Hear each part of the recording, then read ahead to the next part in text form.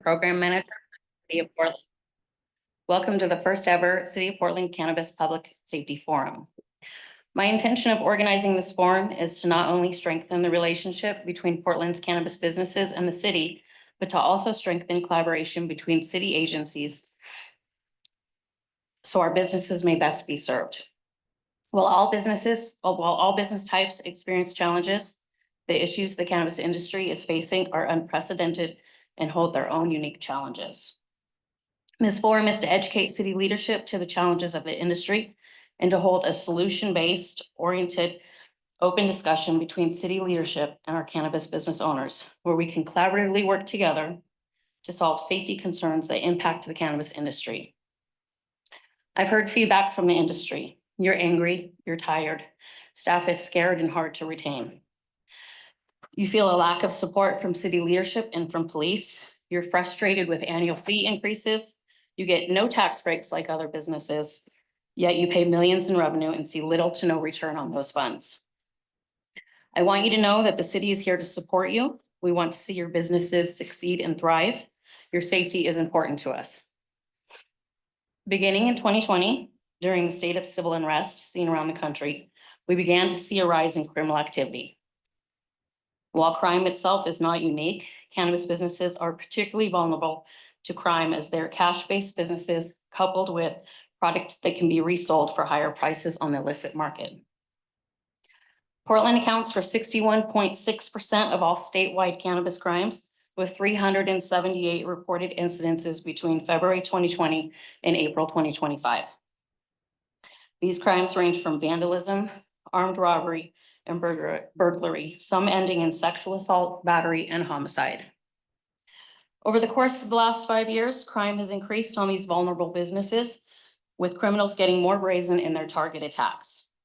Armed robberies and burglaries are creating severe concerns for businesses and their staff, many businesses being targeted multiple times.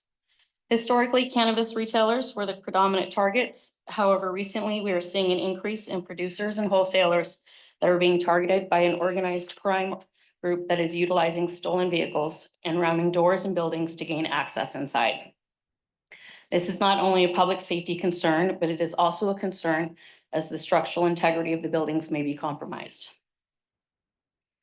In fiscal year 21-22 and 22-23, the cannabis program provided emergency relief funding allocated from recreational cannabis tax revenue for an emergency grant program known as SERV. This funding was made available to provide financial assistance to businesses facing hardship from increased crime in the COVID-19 pandemic. Unfortunately, Portland is facing upwards of $100 million budget shortfall in the next fiscal year, and further funding is unavailable. Despite the city's budget shortfall, there are existing city resources and services that we can lean into and highlight to assist struggling businesses. Given financial and legal constraints, I would like us all to come together to think creatively about how the city's existing resources and programs can help an industry that provides millions of dollars each year in tax revenue to Portland's economy. I thank all of you for being here today. This is an opportunity to educate our top city officials on the hurdles and struggles cannabis businesses face. Cannabis program staff can speak till we are blue in the face, but real change comes from the collection of voices that are experiencing it firsthand. Today, we welcome your testimony. Our panelists will share information about resources, and there will be a time for Q&A. In times of frustration, I understand that emotions may run high. I ask that we all be respectful and open-minded in our conversations today.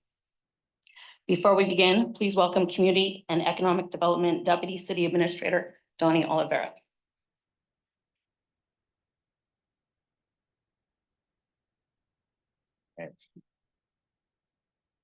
Good afternoon. So thank you so much for the introduction. So I'm the Deputy City Administrator for Community and Economic Development in the new city structure.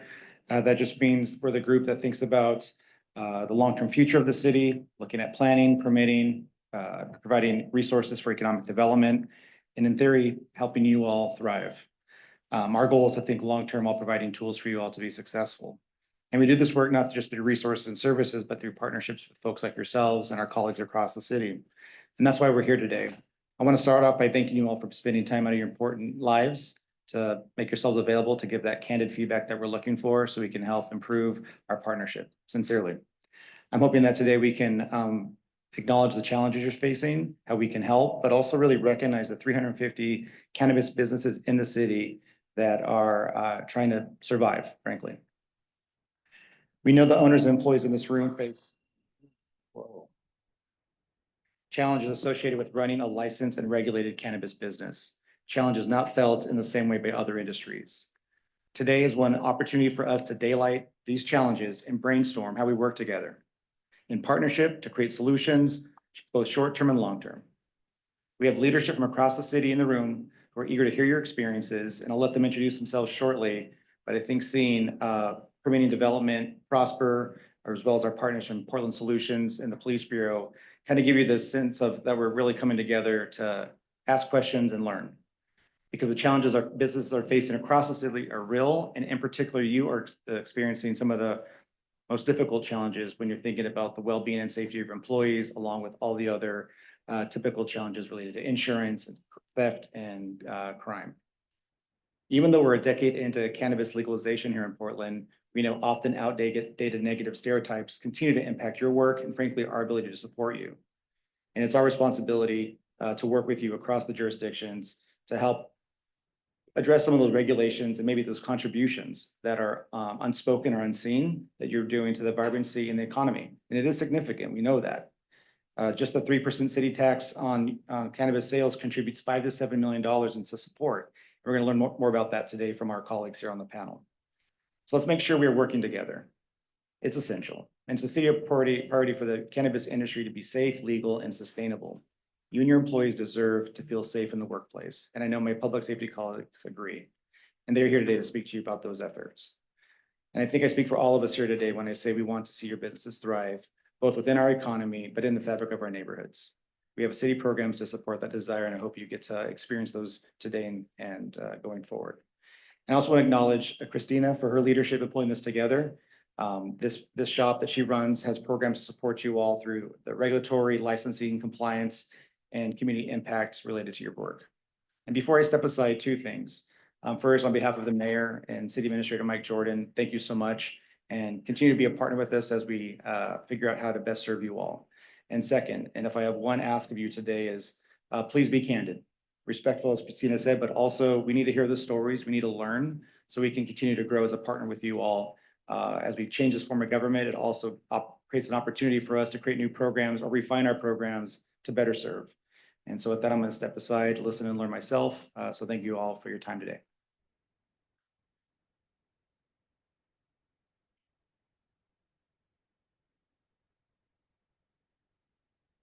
Okay, let's introduce our panelists now. Good afternoon, everyone. My name is Stephanie Howard. I use she, her pronouns, and I am the Director of Community Safety for the city's Public Safety Service area. Good afternoon, Skylar Brucker-Knapp, Director of Portland Solutions. It's a newer program within the city of Portland, overseeing a lot of the homelessness, behavioral health, and some of the livability programs within our city. Hi, I'm Andrew Fitzpatrick. I'm the Director of Economic Development at Prosper Portland, our city's economic development agency. Nice to see you all. Appreciate your engagement and your time here. Good afternoon, everybody. I'm Kyle Heffley. I'm the acting lieutenant at Central Precinct right across the street here. I deal with the patrol response for 911 calls, so we'll be the initial responders, the officers that work under me. Central Precinct, if you're unfamiliar with it, goes out to about 39th Avenue on the east side, down to Tiger to the south, and the river here on the north side, and then up to about 26. So that's our area in Central Precinct. And thanks for having us. Good afternoon, everyone. My name is Chris Burley. I'm the captain for North Precinct. I appreciate the opportunity to come and listen to your concerns. I've had the opportunity to respond to several incidents throughout the city in relation to most recently a burglar that was in a location out in the East Precinct. And so I know that I've seen the limitations and the complications it provides for you, your businesses, but not just your businesses, but your ability to provide for your staff, living wages, and your families as well. So thank you for having us here today. North Precinct is it is the largest geographic precinct for the city of Portland. We cover Linton all the way on the west side of our precinct, as well as the St. John's area, all the way out to Gresham on the east side, Columbia the Columbia River to the north, and then kind of Lloyd Neighborhood Association is our furthest to the south, but we kind of follow the Willamette River in I-84. Currently, right now, when we don't have shift overlap for that geographic area, North Precinct can have as few as 16 officers covering that whole area. When we're fortunate enough to be above our minimum staffing, we may be up to 20. And then we do have some overlap area, but obviously not as many folks as we'd like to have out on the street at one time. We are also sharing that each one of us represents the 3 precincts that are here in the city. Unfortunately, the sergeant that supervises our major crime unit, which goes out and investigates robberies, burglaries, other major assaults. He just got called out to an incident, so he's not going to be able to be here today, but he would have had information, better information than I know that I have about specific investigations or questions you might have about that, and apologizes for not being able to be here. Good afternoon. My name is Consider Vosu. I'm the acting detective for property crimes at East Precinct within the neighborhood response team. I'm one of 2 acting detectives for East Precinct. Our geographic location is from Cesar Chavez out to about 162nd Gresham, and it's 84 south to Clackamas. I am not the detective that's primarily working these cases. That is my partner, Detective Stevens, but I'd be able to field some questions, and I have some information regarding these investigations.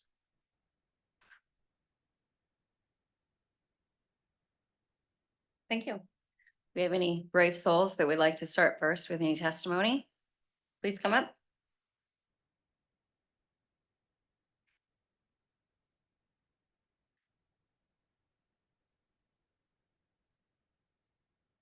Nick Basarge, owner of Eastwood. I've had 3 break-ins and an attempted break-in since February. The first break-in was like February 4th. It's like 5 dudes. Response time was like an hour and a half. The precinct, I think, is about 0.8 miles from my facility. Nothing happened with that. I don't know if anybody else in the industry has had a problem with 2 particular people. Maybe he came and worked at their facilities. A guy named Mark Railsbeck and a guy named James Martin. But I was robbed after they worked for me for 1 day. Then a month later, 2 vehicles drove into the building. Response time about 45 minutes to an hour. Same thing, 0.8 miles away. They drove through the building in 2 locations, stole a bunch of product. The following day, they robbed a bunch of other grows in Southeast Portland, including Lovely and Archive and Resin Ranchers. Me and some fellow business owners tracked down a stolen U-Haul to an apartment complex on 122nd and Gleason. We're communicating with y'all. The back of the U-Haul was opened up. Metric tags, broken jars with farm labels on them. Thugs over in the apartment, you can see them. Video surveillance of these same people in facilities earlier that morning, and nothing can be done about it. Nothing. That's the first time, and we tracked it down off information we had. Then the same group of people come and attempt to break in again about 2.5 weeks ago. They couldn't get in because I reinforced the back door. Response time was pretty quick. I left to go to my other warehouse to make sure it wasn't gonna get robbed.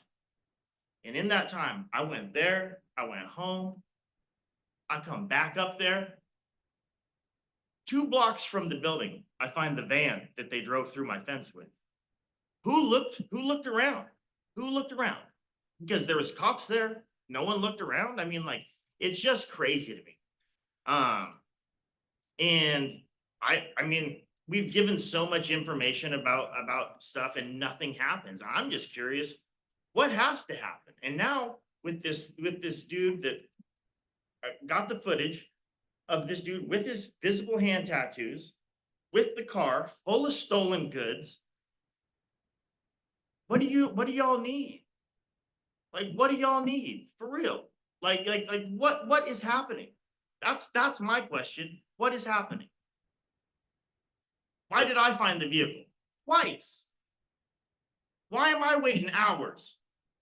Why are we giving you information that literally shows these people robbing us and nothing happens?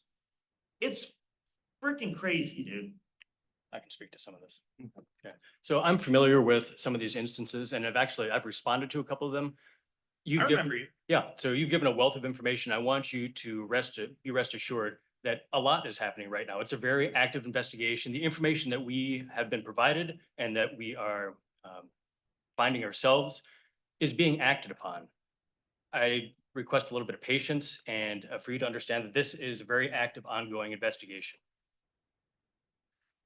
And my next thing is metric.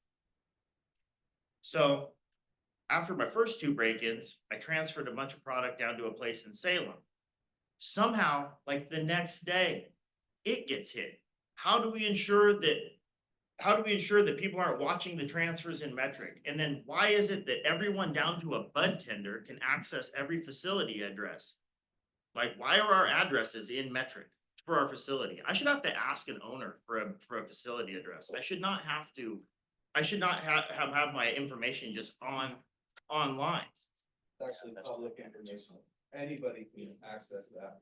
It's crazy. It is crazy. It's absolutely insane. And so like, who are they really protecting? I mean, metric isn't about protecting any of us. If it was about protecting us, simply when they made batch tags, they wouldn't have inflated the batch tag price to cover if you didn't buy batch tags. All they care about is money. Christina, the metric, is that something that's operated by OLCC? Yes. Yeah, so I think that we need to get OLCC involved and. Why are they not here?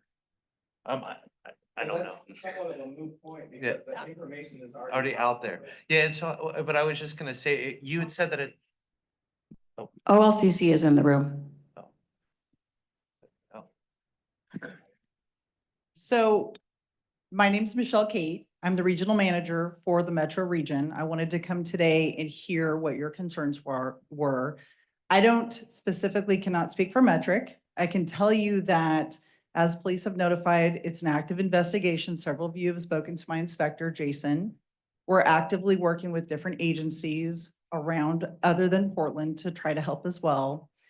As well as we've sent out multiple bulletins how to be diligent, but I'm not able to speak to metric, but I am writing down questions through this process to make sure that I get it back.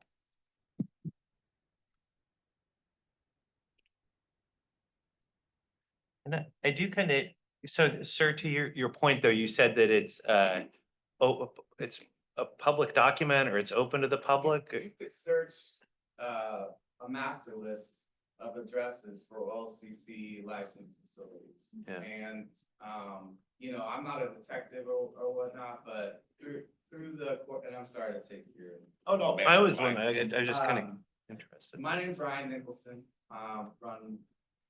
help to run Cosmic Street House, one of the largest wholesale companies in the state. I like to consider myself an advocate for the community. I fight very hard for our community. I'm very passionate about it. And before we were robbed, I'll get to that in a bit, I was likely the most prolific spreader of information about the siege that our city and parts of the state are under. And when you mean, what do you mean by siege? I mean, there's been 48 robberies inside of Portland. That's a siege, in my opinion. And additionally, it can be concluded that most of these robberies are being conducted by one force. Their methods are the vehicle break-ins, but they used circular saws and sledgehammers on our facility because that's what worked. I was profoundly, and I hate to use this word, impressed by the efficiency of these people. It's really alarming. They know what they're doing. And so we are really up against it because of that. And they are insatiable. And they go as far as to want to hit multiple places in one night. And that's a strategy. I think, you know, maybe they're doing that so they draw attention away. Maybe they're doing that just because of time efficiency. But they know exactly how much time they have. And I know this because I watched the footage. I have not seen all of the footage from all of the robberies and whatnot, but I concluded a lot of information from what happened to us. Additionally, I know that it wasn't anybody that had been in my facility before, which negates this theory of like, well, you have nefarious people coming into your place. That was not the case because they went into our facility and looked into a vicinity that didn't have anything. It was all office space. So they would never waste their time when they know they have a 10-minute window. They know they have 10 minutes because I got there 2 minutes late. Just to go back to your metric piece, I do think you know, as far as us being here and kind of talking about the lens of trying to protect your businesses, to me, from the law enforcement end, it makes total sense that you know, just coming from the law enforcement end, I don't know the other legal parameters, but not to have those addresses publicized would make sense to me. Yeah, and so the thing is, though, again, that it's gonna be, my understanding is it would be a state program. So it would probably require work with, if it is required that it be publicized with the state legislators. But I think from a criminal justice lens or an investigatory lens that I agree with that. And I don't wanna cut you off. I just heard you, it sounded like you had some knowledge about metric. I also wanna acknowledge, Mike, that across the board, the Portland Police Bureau strives to have better response times than we do right now. We also are striving to work on ensuring that our officers understand that our expectation from the top down is that when you go out to a scene, it's not about getting there, writing down what happened to the person and then going on to the next call, even though there's other calls holding, but it's about getting your information, recognizing where there's leads, recognizing if a video is available, potentially looking through that, canvassing the area, and then, you know, moving from there. We're not there all the time.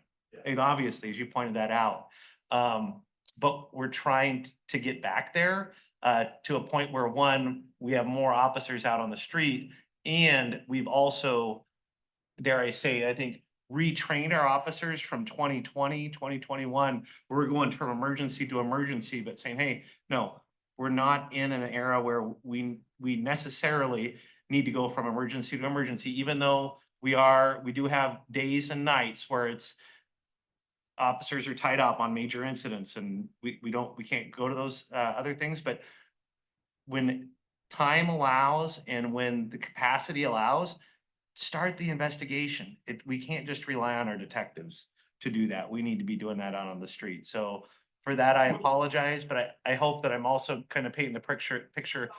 Yeah. Yeah. I talked to, you know, handful of guys are actually familiar now that they've done this a lot of times. There's not many of you on duty in that's the rough area. So I get it. You are absolutely correct about that, where maybe we have staffing of 14, 15 officers out for day shift, and it's myself and one other acting detective. So we do our absolute utmost in order to solve crime and hold people accountable. I guess I just about what I was saying. My biggest frustration was the day that you took the outfit you called me.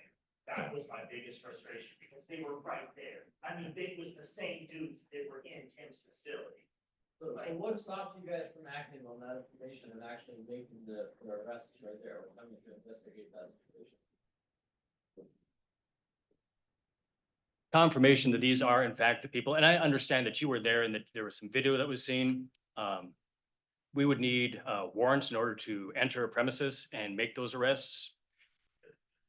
At the end of the day, like, people are staying at their facilities and like, somebody's gotta get killed. You know, I mean, like, I think Really seems like this is what it's gonna be.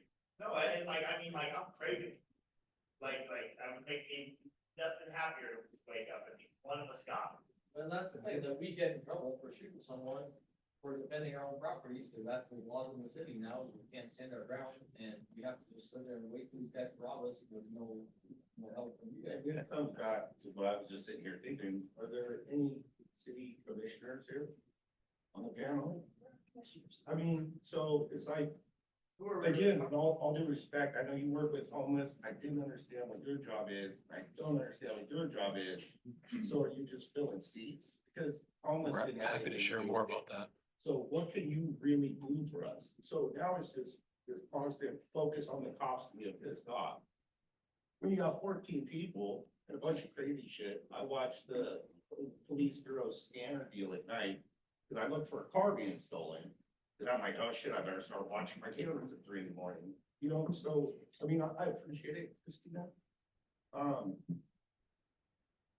this just seems pointless to me. Because it's not their fault that 5 years ago, everyone went crazy and stripped half their budget. I'm not some big cop man. But what are we talking about here? It's ridiculous, honestly. Yeah, so if I could just say, yeah, just to give a little bit more clarity. Yeah, let me give you that background. So my job, as you all know, I'm sure the city has gone through this overhaul in its form of government, where it used to be city commissioners, city council members were in charge of running bureaus. Now that's not the case. Now we have what are called city administrators, deputy city administrators, like Donnie, who's here, and he is responsible now for how the city operates. He is responsible now for establishing policies, priorities, budgets, all of the things in the operation of how all of those programs under his umbrella work. I work for the version of Donnie that is the public safety version. So overseeing police, overseeing fire, BOEC, emergency management, Portland Street Response, although all of those public safety programs are under the umbrella that I'm in. And so what that means is that I get to work closely with police on policy level things, on budget, on making sure that we're hearing from community and trying to identify solutions to the kinds of issues that you're talking about exactly. And so, Skylar can talk about her role, but, I think what you do have here are people who can help make decisions and can help put forward solutions and implement those together. You were just from what you heard, Yeah. and again, not to be argumentative, I'm genuinely curious. Just from what you've heard right now, and probably what you've heard up until today, what do you think you can do? Well, I have one question, because I think the immediate issue, and I'm looking to our OLCC rep, it feels to me like, given the evidence that we're hearing today, there are public safety exceptions that would apply to public records law on the kind of data that we're talking about right now. And so I would love to be able to explore that, speak with, the DOJ, speak with the governor's office to see if we can immediately take that information offline and evaluate, how to protect that. So that's one thing that I would really be interested to know if we can explore. Can, if they will. We know you can. 15-year-old probably get on there and delete it, but will they? And this hasn't been an issue that was just brought up in the last couple of months. Online folks. What was I saying? Oh, yeah. I mean, it can be taken down immediately. So it's like, talk to somebody to talk to somebody to talk to somebody to do nothing. This didn't just happen last week. But it could be done tonight.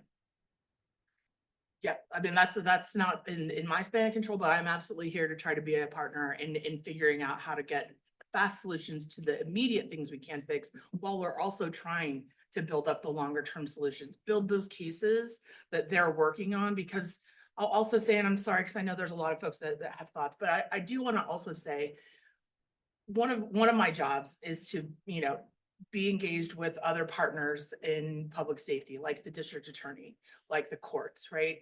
And the work that goes into building a case is it can be time consuming and it can be really frustrating. And I know I'm telling you all something you know better than anybody. But the work to build the evidence that's needed for a DA to charge that case at the level of seriousness that it demands takes time. That the work and the evidence that's needed to make sure that that person that's charged doesn't get their case dismissed for some, lack of evidence, that's really important. And I think that's what those detectives are constantly working to do. The other thing, and we're also constantly trying to advocate, is making sure that those charges stick, because I'm gonna go out on a limb here and say, I'm guessing that it's a small group of people driving the majority of this crime, and having the most impact. And so if I assume, and I don't want to speak for PPV, but I assume we are focusing on those people that have the greatest impact and trying to build the strongest cases we can, so that those impacts can be, addressed as quickly as we can. So I don't know if You are absolutely correct about that. We have spent hundreds of hours over the course of the last month and a half, building these cases so that we can ultimately hold people accountable. And so the cases aren't dropped, dismissed, or lost for one reason or another.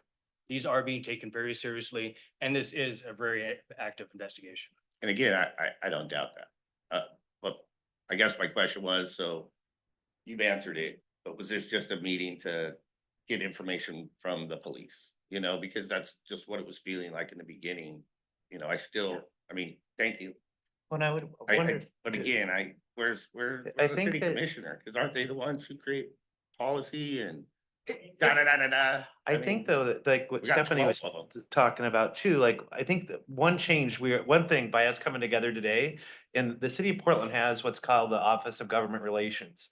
And I think we could potentially come to them and say, hey, we're recognizing that constituents that live in the city of Portland that are in the business of marijuana have identified that their information is being put out publicly, making them a target.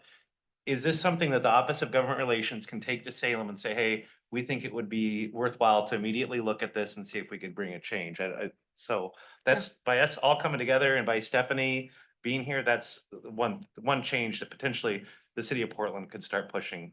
My comment, excuse me, my comment regarding that is that's a larger problem. It's just not metric. You can subscribe to like Cannabis Spyglass, and I could probably surprise most of the people in this room. I have on my phone a database of everybody in Oregon. I have their cell phone numbers, their personal emails, their business cell phone, and then their business email for licenses in the state of Oregon. I have it for the whole country. I work for a large international group. And as far as not to minimize, the epidemic or seizure, whatever you want to call it, but this isn't just a problem that we're having here in Portland. I mean, I've operated in Oakland, and it was frightening, to be honest with you, even during the middle of the day. So this is a larger issue, not to minimize that we're doing. I've been in Portland for 35 years, and I sold my licenses in 17, but I'm still in the industry.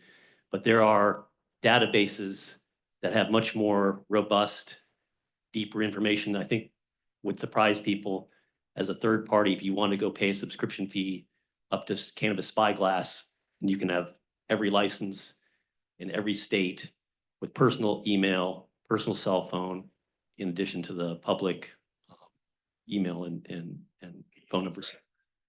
No, you can't see transfers, but you have addresses available. So real quick, I'll get out of this seat. Cool, thanks for coming. I'm gonna leave here knowing absolutely nothing more except what your job is than I did when I came in. And just hope we stop this clown show of the city. I was born here. Man, I've been downtown, been in the downtown area for 10 years. I've watched it go to shit. And hey, I lost a lot of money in the robberies. The homeless people who caught my building on fire over a heroin dispute a few years ago, and all their feces that I clean up from around my building still doesn't add up to the amount of money that BDS has cost my business. I mean, so we're here focused on this, which I'm glad it's getting some attention, but there's a lot more work that needs to be done with regards to policy and everything else that runs the city. It's a joke. I used to be proud to say I was from Portland. It's freaking crazy. So thank you. If you don't mind, I think Andrew and I can speak a little bit to some other tools. I think that's why we're here, just for what our job is. Yeah, no worries. So I also oversee a lot of the livability challenges, in the city of Portland. And so we have problem solver meetings that happen across the city every other week. So you come in, it's only 30 minutes. It's with business districts, residents of certain areas.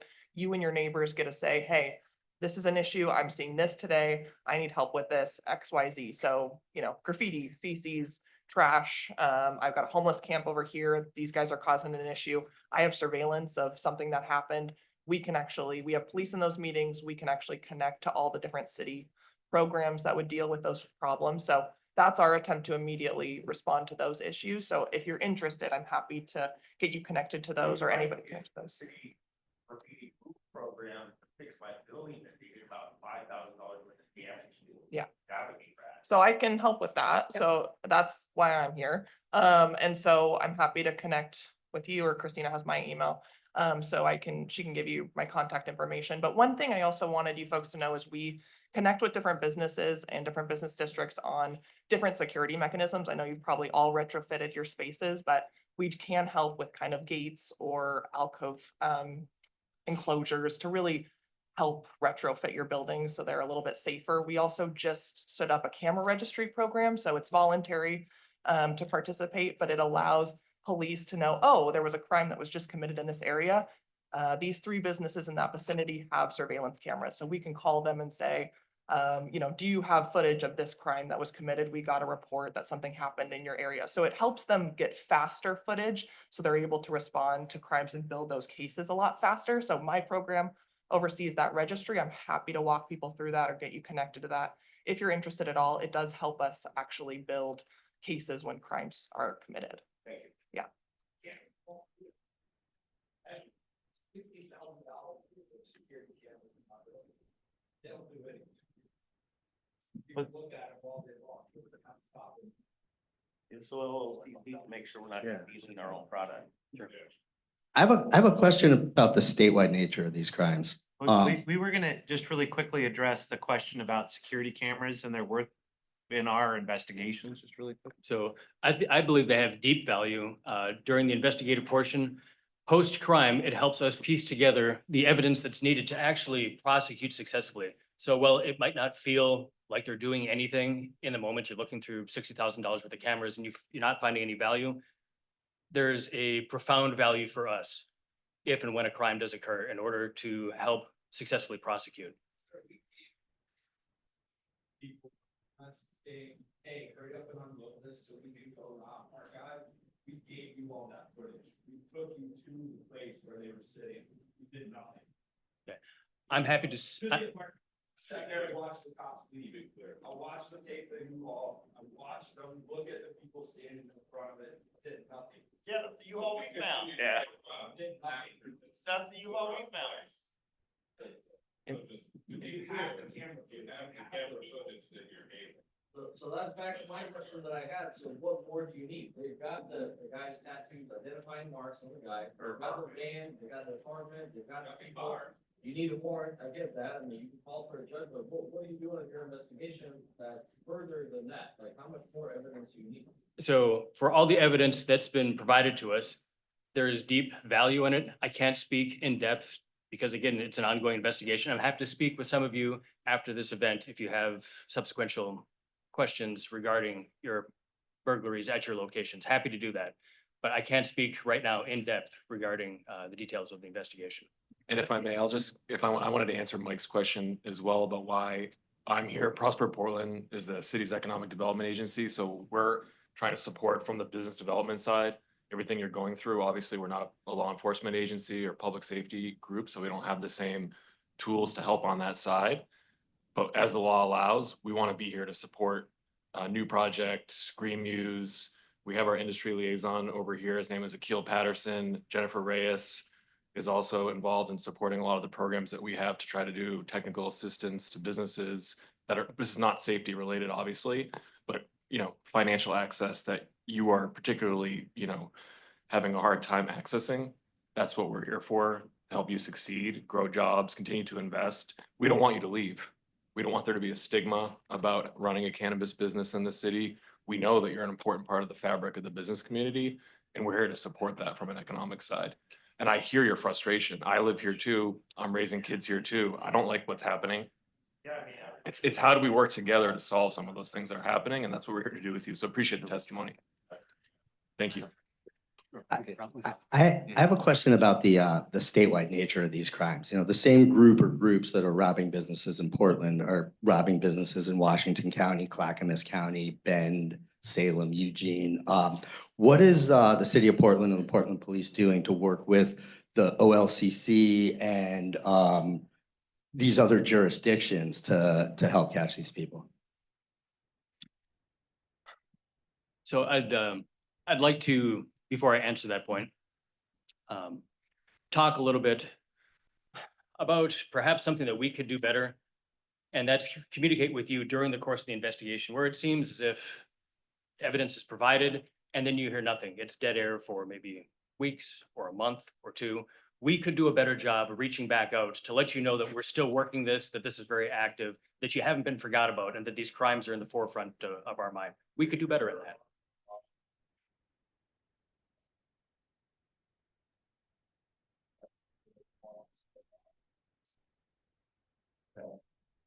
Yep, and that is something we could absolutely improve upon. And if you want to afterwards come and talk with us, and if you've got the case number, and if Sergeant Jacobson were here, I'm sure more likely than not he'd be familiar with the case and probably be able to kind of give you some follow-up. Unfortunately, he's not, but I'd be happy to get your information and give that to him.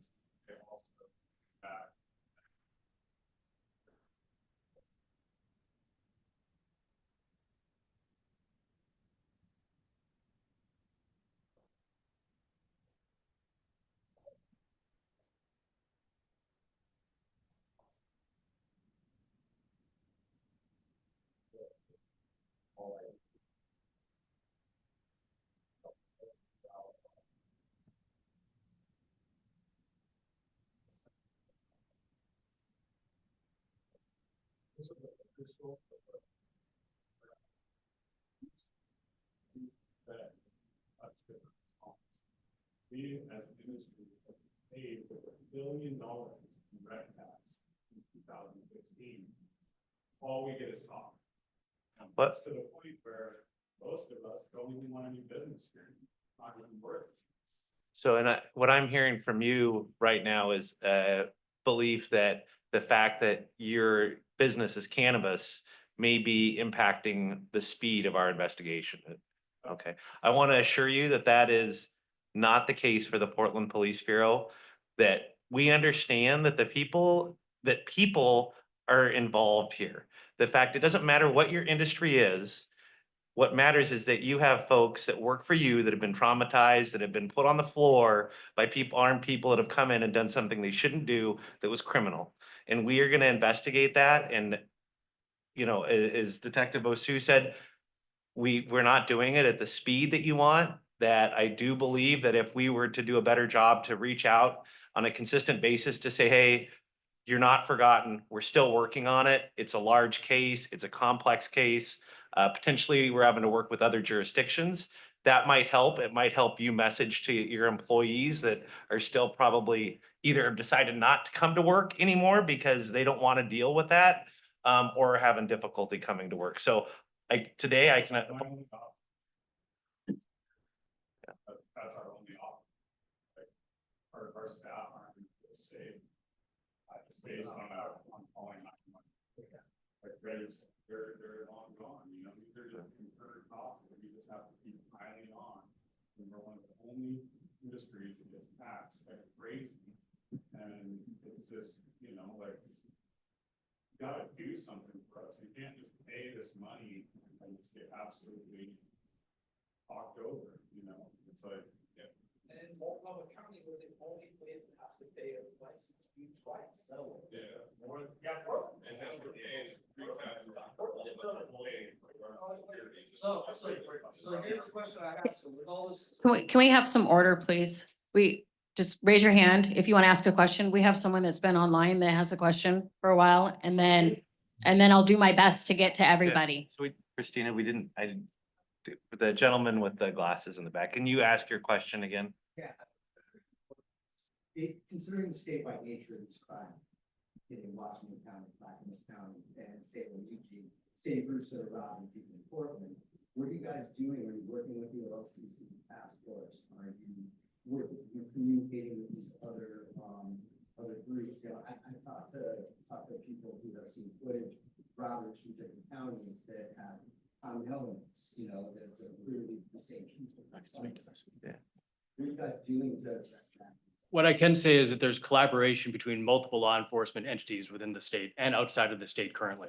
So there is communication.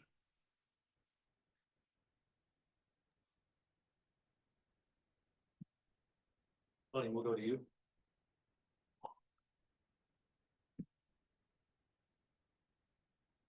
Hey, this working? Yeah, we can hear you.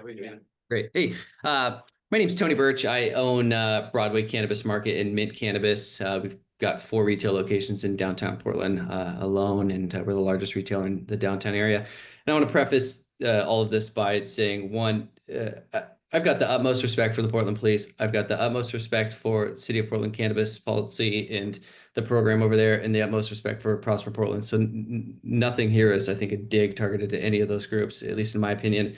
But I want to kind of give some examples of some of the things we've dealt with and just kind of some general thoughts. But I think kind of, at least for us personally, where our level of being encouraged for positive outcomes when crimes happened diminished back in 2022. We had a building in downtown. We had just leased this building. It's right on Broadway. Big project for us. 30,000 square foot building right in downtown. You guys know it, right near the Benson. And we had a break-in there. I was driving by. I was still boarded up. The building was boarded up for 2 years prior to us taking occupancy of it. It was boarded up. I drove by and it's like, oh, okay. Someone had busted the lock. So I opened the doors and look in there, and there's 2 gentlemen in the building. They had done drugs. They passed out, and they had gathered a bunch of stuff. They were in the process of robbing us, but took a little crack break or whatever they were doing and did a bunch of drugs and passed out there. So we called 911. The gentlemen were arrested and taken off. Long story short, they were out in 24 hours. And then 2 years later, the case was dropped. The only reason I found out the case was dropped because I followed up and said, hey, what's going on here? DA dropped the case. Wasn't enough. There wasn't an attorney to support them. So these gentlemen who were caught red-handed were able to walk away with 0 repercussions. That was probably the beginning of the end for our faith in the system in Portland. Beyond that, we've had a lot of what everyone else is talking about. We had a facility on McLaughlin, 4th quarter, stolen car driven through the front of it. We just opened it last week. We were closed for 8 months. Same thing. 2 weeks after that one, same situation. A couple guys, stolen car through the front of another building on Southeast Powell. That business is still closed. Right around that, about a week before that one, same location, there was one of our staff was held up at gunpoint. Obviously, we haven't heard anything about that. I'm assuming that person's scot-free. But zooming out a little bit, and not just about these cannabis issues, my concern is, just the day-to-day stuff too. The broken windows. I don't know how many broken windows we've had. The senseless crime that is just seems to be tolerated. Broken windows are abundant, and this is not just a cannabis issue. We're obviously very focused on cannabis issues right now, but you can't drive down a street in the city without seeing boarded up windows or abundant graffiti. It's just everywhere and seems to be normalized. So I guess, one, it seems like a big issue for the voices in the room, and probably all business owners or victims of crime, is there seems to be no victims' rights in this city. We get smashed with graffiti, and then a week later we get a letter from the city saying, hey, you got to clean that graffiti up or you're going to get a fine. We don't want to get covered in graffiti all day, every day. We cannot keep up with cleaning the graffiti. I just watched a Prosper Portland meeting. The graffiti abatement, the budget for that is on the chopping block. What? There's a deeper issue here. And we're talking about what can we do? We need, we're having these meetings to solve these problems. As long as criminals fear there will be no repercussions for the crimes that they commit, these crimes will continue. the solution is to not to tolerate illegal behavior. I don't understand the complexity in that. So is there a deeper issue? Is it a DA issue? You know, I've heard police, you know, use the term catch and release. I can only assume this is not good for the morale of the officers on the streets looking into these things, and then a catch and release program ultimately happens. And that's just, you know, this term, the urban doom loop. I mean, I think we all are feeling the momentum of this urban doom loop in which we're in right now. So I guess my question is do we have thoughts on this being a deeper issue, not even necessarily associated with cannabis, but a larger systemic lack of accountability with prosecuting crime? It's such a simple equation. You do something illegal, you pay the price. If you have a fear of repercussions for illegal behavior, you know, you're going to not do illegal behavior. But when you see abundant smashed windows and graffiti, you know, scribbles everywhere, that just means that there's no concern for getting caught or a punishment if you're going to do something as senseless as these crimes. So is there a deeper issue? What is that deeper issue? Is it a lack of prosecution? Is it a DA? I mean, I've heard a million times, oh, there's not enough budget for public defense. Bullshit. Find the money. How are cities, why are other cities have solved this? Portland can't figure out these problems. We just don't have these issues. So, I mean, is there a deeper issue that we can discuss? What is going on? I can take a stab at least some of that, because you're right. Yeah. Yeah. There are a lot of deeper issues happening, honestly, and I mean, you touched on one of them. There's a public defender crisis. This is not in the city of Portland's control. This is a state issue, and it is run by the state. We don't get to intervene in that, but we are advocating every chance we get to fix that problem, because our public safety efforts go completely down the drain when a case gets dismissed for a reason like that. That's unacceptable to us also. We have a new district attorney who I think has different views about prosecutions than we've had over the last few years. And I think he would be happy to share thoughts about what he'd like to see. And I think he also would have a lot to say about the need for accountability and agree with that. You bet.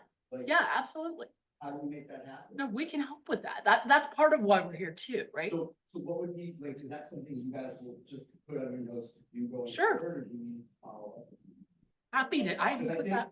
I think having a real decision maker like that would, first of all, show us that we're being taken seriously, and second of all, give us the opportunity to get some changes or find out what we can do to really help or advocate more effectively. So how do we? Absolutely. How do we get in here?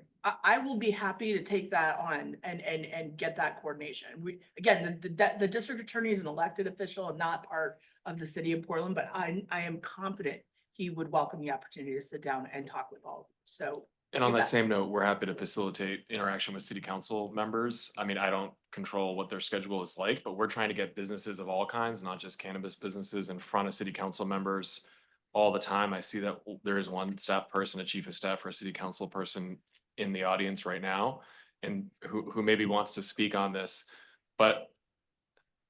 Dan Ryan, if anybody wants to talk to us, please, I have a stack of cards, please reach out, and we are definitely interested in hearing these specific issues.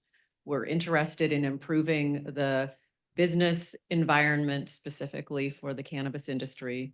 And so this is super helpful to hear your stories and what's going on and the challenges that you're experiencing with the city trying to address some of the issues around crime. So come see me after this. Thank you, Kezia. I don't know that he was, I don't know that he was invited, but I'm sure he'd be willing to figure out time to meet with you. He's already been a leader on trying to deal with some of the licensure costs and the tax costs. That's a legislative decision, a policy decision that the people that are elected in office get to make. And we're happy to carry that message with you, but I think your voices are the strongest ones. I think a great next step would be to set up forums like this with real decision, with city commissioners, with the district attorney, separately or together, but you know, let's have these conversations in front of the people who are actually empowered to make real changes. If you're and talking, and help us understand how to be more effective in navigating for them and helping the. if you're talking about law changes, you're right. It has to be coming from a lawmaker. If you're talking about, if you're talking about existing resources like loans, grants, technical assistance, other things that we already have, happy to share information about that. But you're right. If you want to change the law, it has to be a lawmaker to do it. The way the laws are, the way people receive instructions to apply the laws. Because in addition to actually making laws, the city commissioners set a culture and a tone and priorities within those laws. And then, you know, those come down to the administrators. And so ultimately they're the decision makers. Absolutely. And we're also a little bit hamstrung by federal law, as you know. I mean, we try to do a lot of direct financial support to all businesses, but we can't necessarily do it as much as we would like in this particular industry for obvious reasons. So we're trying to get creative with the workarounds. Yeah, getting the people that actually make the policy. Yourself and also the commissioners and, really, I think we have a lot of chance of doing some real meaningful work and making productive change. Council was invited, and unfortunately, due to the budget session, they were not able to attend. So we do welcome Chief of Staff for Dan Ryan here. So thank you very much for coming. This is just the first forum of many, but there was interest from counselors for further forums. And can I just say really quickly before we move on, your voices absolutely should be heard by elected officials, and there are great opportunities to do that, including on Wednesday night, tomorrow, or I'm sorry, next week, Wednesday, when the budget is being discussed and all of the council's amendments are being discussed. And these are exactly the kinds of input that they need to hear when they're making those decisions. So just on the budget side. Do you need to take that away? Oh, okay.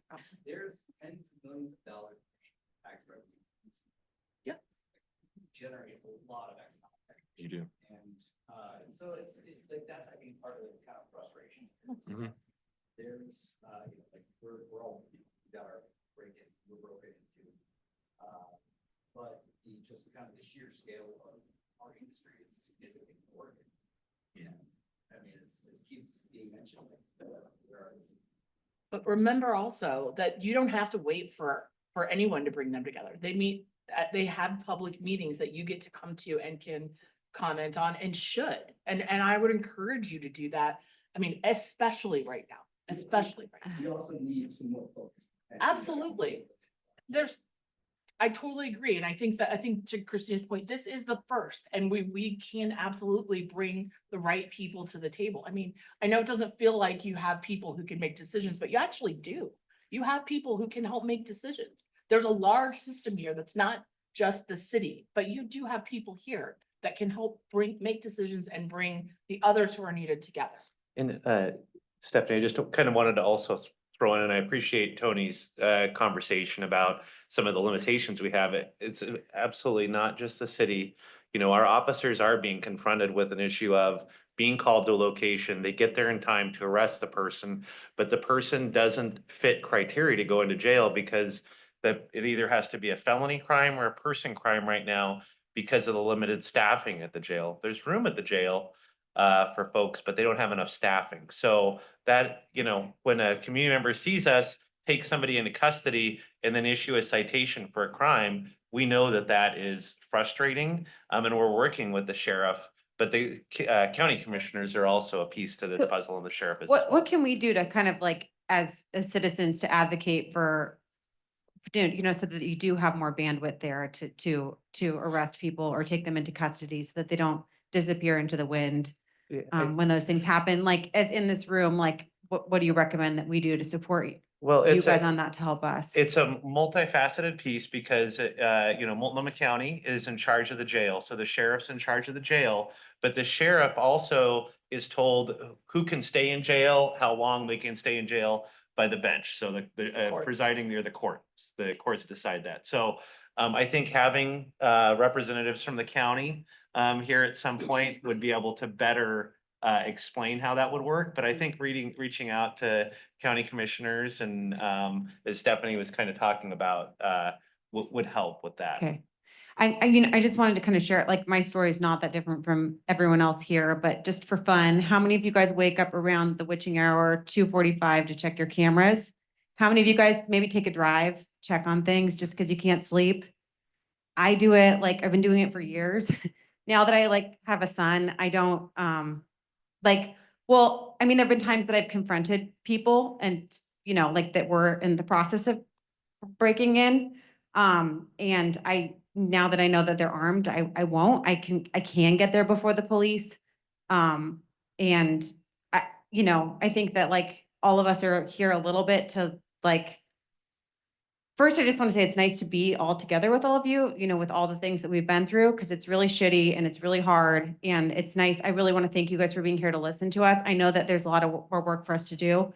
One thing that Officer Stevens mentioned to me, who I know had been kind of running point on a lot of this, was that just in regards to the cameras, that the city council recently passed something so that you can't use facial images from a camera to like confirm someone's identity anymore.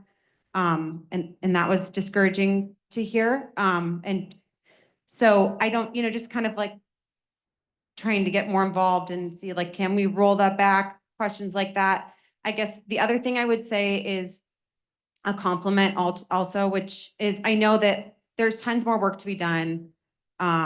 Improving, for public safety, like it really is important, but I have noticed an improvement in response times. We did have a sensor go off. I think it ended up being nothing, but they were there really, really quickly. And our power happened to be off at the same time. Or not, otherwise we would have been able to check the cameras. We couldn't.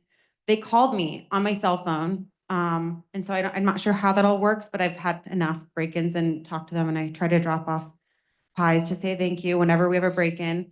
But I really appreciated the call, and it felt like a step in the right direction.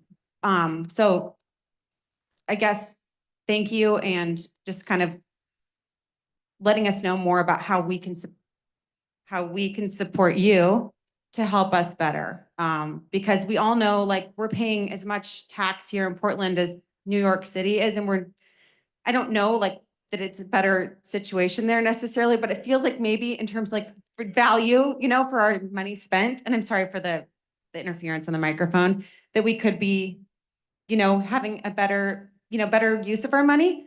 The other thing is I did reach out to all of the counselors and invited them to visit. We spent an embarrassingly large amount of money on security for about 5 weeks on site all night long, and they did return several times to try to get in. Luckily, we had someone on site that scared them off, but they came back in the same cars.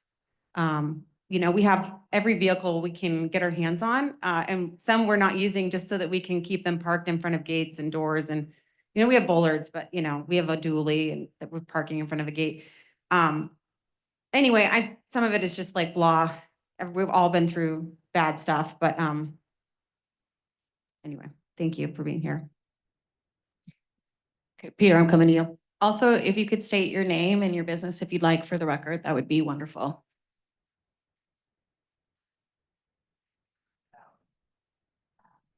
No, I know, police in particular. So apparently you guys were chasing the van. Hey guys, sorry, I wanna take a second to ask a few other questions, because it's not just, police related on this. I want acknowledgement that one, not only these business owners happen to be some of the better ones in Portland, because we overcome financial burdens that no other business in the state of Oregon or anywhere else deals with. We have a higher burden as cannabis business than almost every other state, no matter what, and we don't get the service for it. So I appreciate that we have a lot of really creative, innovative, pragmatic cost accountants here who have made business work over this amount of years. I really appreciate that creativity is not what we're lacking here. We're looking for solutions. We create most of the solutions we're looking for. Mine isn't on the police side or the law enforcement side, even though I'm part of the group that has been robbed. We all share the same thing. Our teams share the same trauma. Our teams hear about this before you all hear about this when it comes to who's getting robbed, when they're getting robbed. They don't have resources from police, from city, or anyone else to learn how to deal with these things, how to better protect themselves, how to come to work safely, or that. We don't get these resources even though we pay in. You say economic help.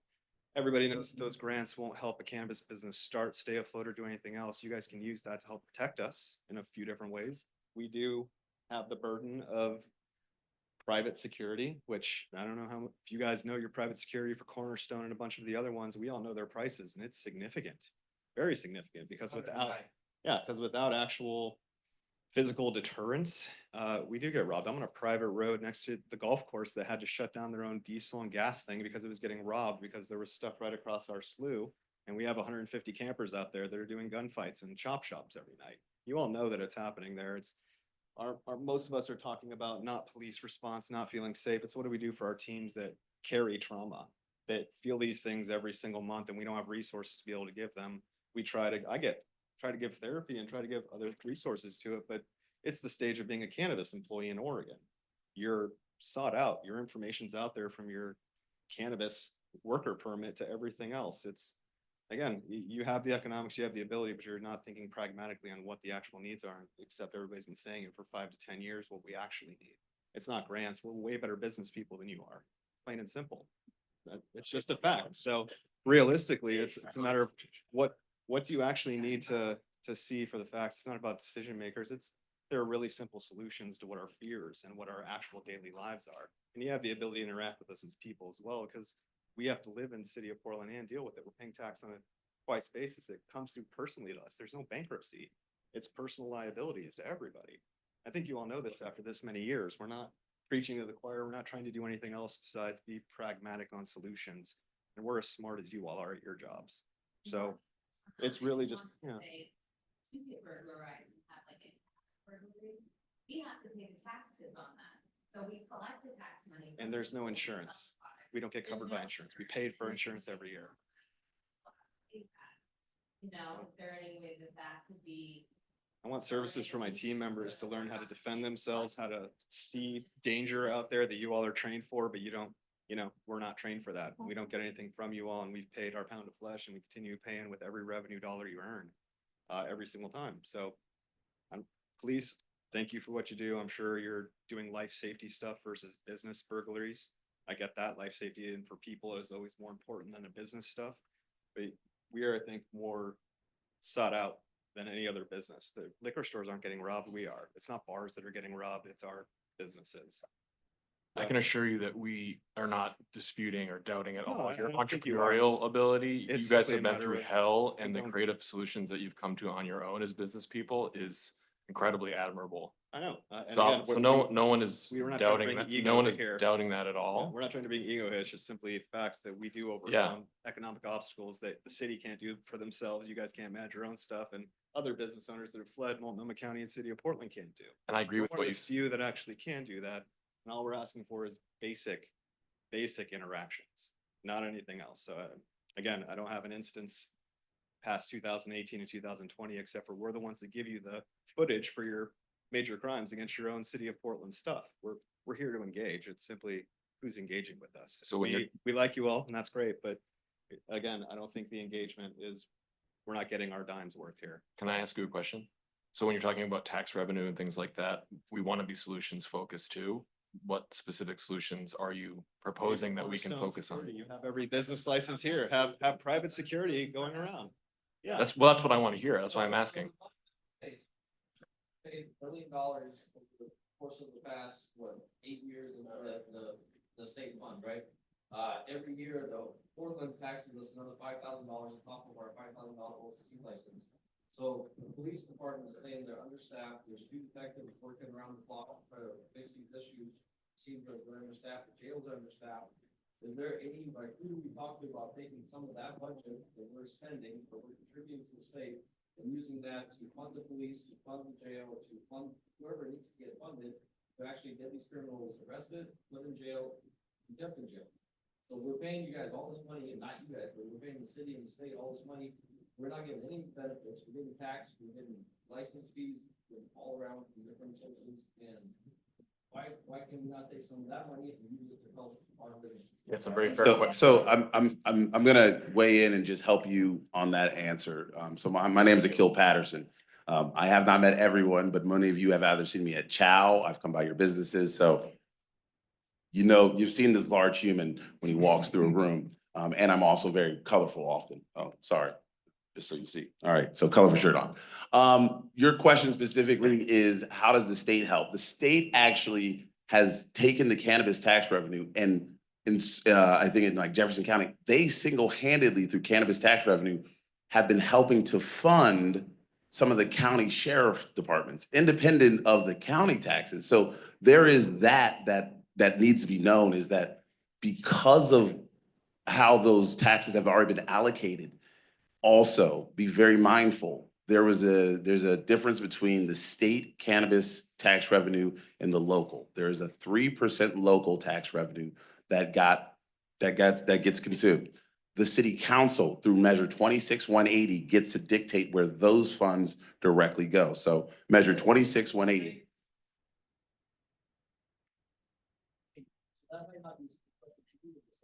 Well, no, it's the city and the state. So that's what I do understand is like, so I've had to look at both the city funds and the state funds because they're technically are a bunch of pots that were created from the cannabis tax revenue. There are the licensing fees for the city. That is a separate pool. So that is Come to city council on Wednesday. absolutely. City council on Wednesday. Absolutely. So if you are not on my email distribution list, let's make sure you are on that. I'll be glad to provide you any information that you need around measure 26-180. There is a audit that was done in 2020. The cannabis program was then separated in 2022, 23, and then that moved the funds into two different pools. So there is the cannabis tax revenue that comes to Prosper, which we only get of, I think it's about $8 million annually. We get about 3 million of it, and the rest of it is spread amongst a bunch of different city agencies. The cannabis program doesn't receive any of the cannabis tax revenue. They're a cost recovery program. And so anything that is administrative that they have to cover has to come from those funds. So it is two different sets of funding, and actually 3 to 4 different sets. So there's a 1% tax that goes directly to the city. There's a 3% tax that the city is supposed to collect. Then there is the licensing fees that the city collects, and then there's the licensing fees that OLCC collects. So when you look at the complexity of what I just told you, that's why it's very difficult sometimes to actually know where your money has been utilized outside of that 3% that just specifically is earmarked. The 17% is on the state level, and I encourage you to call your state legislators. Once I get there on Wednesday, what are the steps in the process to have the cannabis, the 3% cannabis tax and or the $5,000 licensing fee allocated towards keeping us safer? Like, show up, I'm assuming that you're suggesting that we would testify. Yep. But what are we specifically asking for? Once we testify, what's the process to make that happen?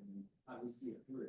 You're specifically testifying about your experience, your reason for making that request, and your specific request that the city use funds for this purpose. That's. But I think we all know that alone, a couple of people doing that isn't gonna just make that happen. A couple won't, no, but we need the larger voice here. Can I jump in here for a second? Please. My name's Brett, last name's Bourne. I own cannabis retailers, shops in Portland, specifically District 1, Zone 1, Argate neighborhood, Boise Elliott. I've been burglarized, robbed at gunpoint 6 times in 7 years. And I'm not really here to talk about that. You guys understand the costs incurred, but I'm glad we had this conversation regarding tax dollars, because one of the things that it answers some questions that I've been working on and have attended city council meetings. Thank you. Is around tax transparency. Because I think we focused on the 3% tax, but I want to also point out that the 17% the state keeps that came through on measure 110, there's also funds that come directly from the state to service the fentanyl epidemic that we have. And also that money is often not included in what cannabis injects into the economy. So I think as cannabis owners, we need to really understand how much is injected into the community, into the Portland area, because it's way more than what that is available for us to access. And so one of the things that I'm pushing on is transparency around tax dollars. Because what I realized was we have 2 detectives. The last time that my employees were zip tied, laying on the floor, I believe the detective that followed up with me said there were, I think he said 9. And that wasn't that long ago. And so I've watched over the 7 years, the number of police officers that could help us deteriorate down to where we can't get it. So it's not a police issue at all. And so I think one thing that you guys can do as a panel here today is a few things. Is one, also recognize how much money is injected into the community through cannabis. It's way more than 3%, 6 million, 8 million. If you can go, the state allocates that. It's very public record if you want to look at where it is. I've asked the city multiple times to give us a rank order, much like the state does, of what this industry pumps into the community, injects. And I don't think that data is there. And so therefore, my recommendation is encourage leaders to let data be their friend. Because I think if we were to look at armed robberies, which aren't disaggregated by business type, and still, if we were to look at where those robberies are happening, now this is armed robberies, not burglaries and grows or late night burglaries in my store. But if we were to isolate where those armed robberies happen, I bet you we could connect the dots that these are probably in the areas that are impacted by most of the systemic problems that we're seeing. And so I don't think it would be that difficult to start to target cannabis tax dollars to those areas that are most impacted by a wide range of systemic issues, and therefore beefing up police force in those areas that are very targeted. So there's some solutions that I think you guys could bring to the table that would help our industry greatly. So I'm meeting with Council Ms. Smith July 14th at 9 a.m. and you can schedule those if you try. So the other thing I think I would like to ask of this panel to take back is, as we see the level of sophistication rise with burglaries and robberies, what I see within this industry is an increase in the sophistication of business owners. So that needs to be recognized across bureaus, because I do think there is still some stigma with cannabis. If you want to see that, you could tune into the House hearing around 557, which is having a person on the panel at the OLCC with a cannabis license. And you can see that how our representatives in the state portray the cannabis industry. And the comment was around one licensee that was paying state officials to lump 3,500 licensees in. And you could see it through this gentleman's language, which I have an email out to him as well, of where we have really powerful decision makers and what they feel. And it's embedded in their language. You could see it in the defense that they gave with the woman that came from the OLCC. And so what you can do for us is take this message back of who you're working with. And the other thing is push for tax transparency, because as we move to a voter ranked system, I bet you there's not one person in this room that wouldn't vote to have more police officers to help us, right? Not help. I mean, we need more people to attack the systemic problems. And we don't have people that work for the city saying, wait a minute, we have Measure 110 money, we have 3% money, we haven't calculated what's injected into our community from the industry. And it's not transparent to people like us, which is why Akil's trying to explain this rat's nest of what happens. And so we lose confidence and trust in our officials when there's lack of transparency. And so that goes along with what we work on in the city too, is equity. Transparency and equity go hand in hand. And so if you want to have your programs exist, become an advocate for us. These are professionals in this room, right? I mean, I can tell you, you can ask, I'm a CPOP member, longest standing person on that board. I'm the guy suing the state over Measure 119, right? I am a seed grant recipient, give the money out to businesses of, women-owned BIPOC. My finger's on the pulse of this industry, and I find it, I'm glad you're here today, but I also we need your help in understanding our industry, because it starts to feel that we're not represented, and that transparency, I'm going to continue to ask for that transparency. of where that happens and that we use data to support this industry. And so when I look at OLCC and metric, there's added value to our $5,000. I've been saying this for 5 years in CPOT. There's added value to using the state system, right? I do my sales tax like a good person every month and use metric to calculate that because the point of sale systems aren't accurate, right? We have educational courses that we can learn. Now there's a live chat that you can get information to help manage your inventory. And so the added value from the city is not there in the costs and the fees. And one added value that could come about is advocate for us that these tax dollars go to fund your programs, economic development, right? Meth problems and homelessness. If you go back and read why we passed this as voters, every city official, police officer, anybody involved in cannabis needs to go back and look at why we passed this. Go look at the language, right? It was to put money into the communities that were most impacted by the illegalization of cannabis. When you go identify those neighborhoods, I'll bet dollars that those are the neighborhoods we're seeing a lot of crime in. And so if you go read the language and why we passed this in the first place, and it's caused a complete hassle for a lot of people, police officers mainly, to get blamed for being understaffed. So we need to attack where the money is, and the city officials need to agree with us that that is it. So that's what I have. I think it's wonderful you're here today. It's important. This is a long-term solution.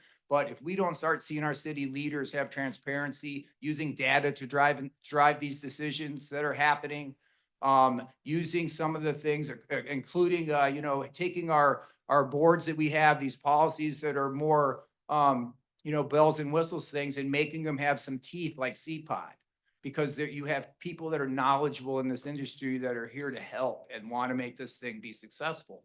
And so that's what you guys can do for us, is be our voice, right? We are not a bunch of outlaws, right? And so there's a lot of gaps in this, and you can help fix it. But here's what I can tell you. I had a guy in my store today tell me about his son playing Pop Warner football. And I think about that guy going under, whose kids their insurance comes from these businesses. The snotty noses you wipe before you go to the doctor come from these businesses to protect your family and keep them healthy. And that's being missed by city officials and by people that are taking this money and putting it where the pet projects are and where politics fall. And it's not going to where I'm standing there as a tax collector at 20%, right? No added value to taking that money for the state. And this is an industry that is regulated. So when it's going down the tubes, you have to look at your regulators. If a school district's kids are failing, you blame the school district. If the state is 48th in the country in education, you blame the state. Well, if this regulated market is not doing well, crime rate is high, we need to look at our regulators and what they're doing with the revenue that's been generated. And it's a lot more than $8 million, $6 million, 3%. And the transparency is not there because the money isn't being put back into this industry, right? To have more police officers, to keep these two people that are the face of Portland cannabis and lead in a way that is equitable and have been here from the beginning. And we're talking about cutting their jobs pace. We're going to cut jobs around things that help this business run. So that's what you can do for us, or for me, is be representatives of professionals that are infusing this economy in Portland with billions of dollars. That would be helpful. Thank you, Brett. And thank you also for coming to city council last week to testify on Prosper's budget. Your Probably see me engagement. a lot. We Good. welcome you all the Appreciate it. time. As Stephanie mentioned, the public safety debate right now around sworn officer levels is an active debate, and we really need your And voices. since I'm on up there, that I too. don't mean to steal it, but the 2% fee increase too, I'm pushing back on. And Yeah. I'm questioning the legality of that based on increasing fees that's written in our original language. But so there's no added value to that either. And so I question that, but just so you know, I appreciate your time. Definitely, I know the work you do is important, but that's what I asked for today. And we agree on data as well. Akil is doing a great job categorizing, cataloging all that economic impact data that you have, not just the taxes, but the jobs and all the other investments that you make in the city, so that everyone understands the breadth of that impact, that they can make decisions about the tax dollars based on all the contributions you make to the economy. You're right. Right. And I know the city's moving to ranked choice voting, but it'd be interesting to maybe go back out and revisit where these dollars would go based on what the community thinks. Ranked choice voting would work for that. Thank you. Just a thought. Thank you. Is it my turn? I'm gonna try not to squeak. Hi, my name is Marissa Rodriguez, and I'm a co-founder of Nimble Distribution. We're actually in Milwaukee on purpose. I used to work for a company in the city of Portland, and I'm not gonna talk about that, but just as kind of context, I won't do business in the city of Portland. Building and planning is a nightmare. And none of you are in charge of that, but I want to give some context. All of these people are my friends, customers, clients. They're really important to me. This is a community. We're a small community here in Portland and in the whole state. But I want to give some context that I'm not sure all of you are aware of, and that I hope that you will bring back to your colleagues and adjacent agencies. And that is the effects downstream of being a Schedule I drug federally. And I'm not sure if you're all aware of 280E, the obscure tax code that doesn't Yes. permit us from taking business deductions. Yeah, it's a huge disadvantage. The reason that we are a cash business, I know that cash has this connotation that we're drug dealers, and we have cash because we have to, because we don't have access to banking or very limited access to banking. And then insurance, right? So all of these folks have been ripped off, stolen from. They have insurance. They're terrified to file a claim because there are only 2 carriers in North America that will insure us. And if you file a claim, your rates are going to double, and you're already paying double because you're cannabis. So there's many layers. There's all of the things that all of these people have talked about, of like the fear, the cash, the product, and then there's long-term. How is this going to affect your business, your employees, your community, your family, your employees' families, because of those many layers that no other business has to deal with?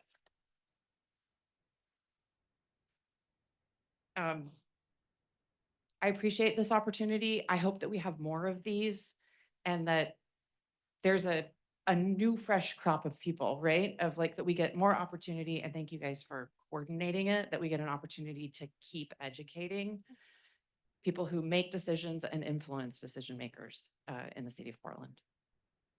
Thank you. Thank you. I think there's mics going back there.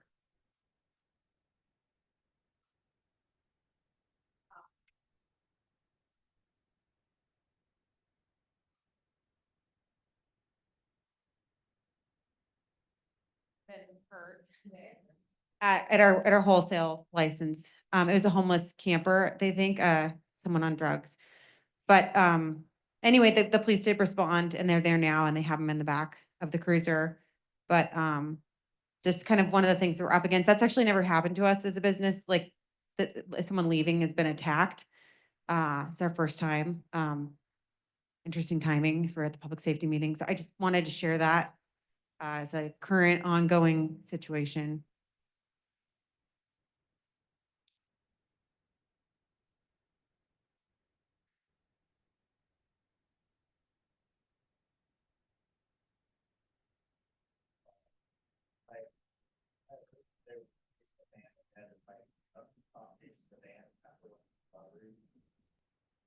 Yeah, so all of the Portland Police Bureau policies are online.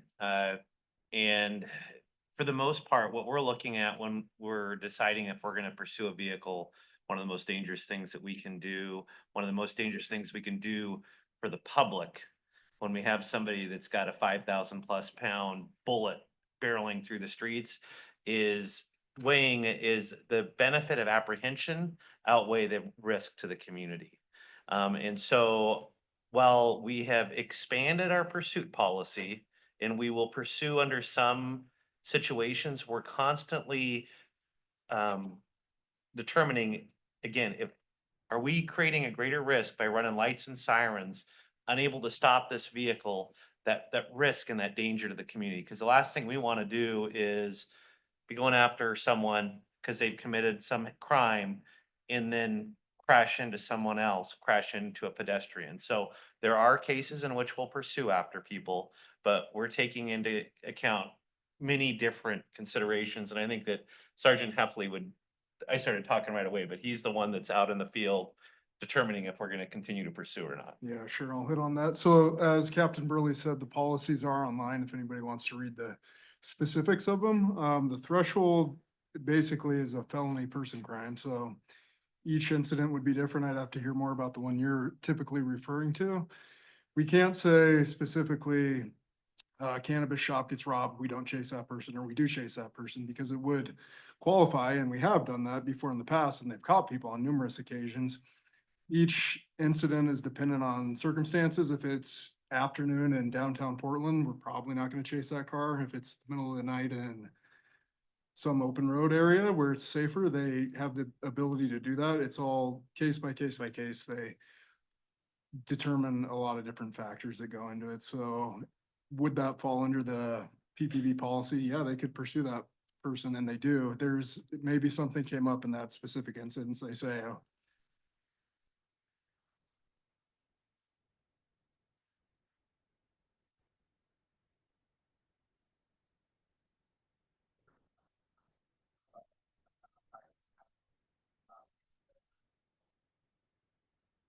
yeah. Okay. Yeah. I was just curious. Well, we encourage our people to go out and do. The dispatcher is telling me to slow down. Yeah. You know, I guess they can see your GPS or something, I don't know. Yeah. I was like, you Well- guys aren't, you kind of pull over, you're there. and slow down. Yeah, I mean, I think that what the dispatchers, if you're giving updates on where you're at and where, and they're able to look and be like, oh, I'm at 122nd Avenue, and then the next time you give an update, you're at 162nd Avenue, they probably are like, ooh, boy, you're really moving. And they are, the dispatchers are looking at what availability do we have of police? What is the likelihood of actually getting a police officer to your location? Because we're all over the place and we can't just, I'm not trying to be flippant here. We can't just teleport, and even lights and siren. I mean, I'm on call. And I live down south in Clackamas County, and I run lights and sirens into calls here. Running lights and sirens, maybe it gets me there like 5 minutes faster, but I'm still contending with vehicles and, other motorists getting in the way. So. Yeah. Yeah. I think that's a good point. I appreciate you bringing that up because it helps me segue to this. Yeah. First of all, I would like you to know that Officer Holsey did an excellent job. He's there 2 minutes. I arrived 2 minutes after the assailants were there, and he arrived about 2 minutes after that. So I was actually very pleased with how that response time was and how he conducted himself. He helped me get him back into the facility. It was jammed. So, kudos to him. However, I think the most important thing that we're missing here is that this issue comes from one group, and we have information to know where these people are. And yet we are being asked to cut through red tape in order to apprehend them. I mean, if you have to go to the heart of the matter is this syndicate group. We know what apartment they're at. And so I have to address you with this question. What is an estimated time that it takes in order to get a search warrant? Because here we are 5 months now into the year, and these people aren't being apprehended. So yeah, I guess I'm really curious, how long does it take in order to get a search warrant? Because we know where these people are. And I have some follow-up information that you might not be privy to also, because I have compiled a lot of data since these crimes have occurred. I'm happy to speak with you privately once we're done here and to gather that information. Please. Again, I can't divulge details because it's an ongoing investigation. Just take assurance that we are working diligently on this. I trust that. I'm curious specifically, how long does it take to get a search warrant for a place where criminals exist that conducted these crimes. That has to be approved by a judge. We have to be able to give the evidence that they're gonna sign off on that search warrant for something. So the holdup is somebody signing a piece of paper that doesn't know the urgency of what we're dealing with. Is that Well, accurate? I think as Stephanie was alluding to before, as you're putting a case together, you're looking at, okay, what are all of the criminal elements we have?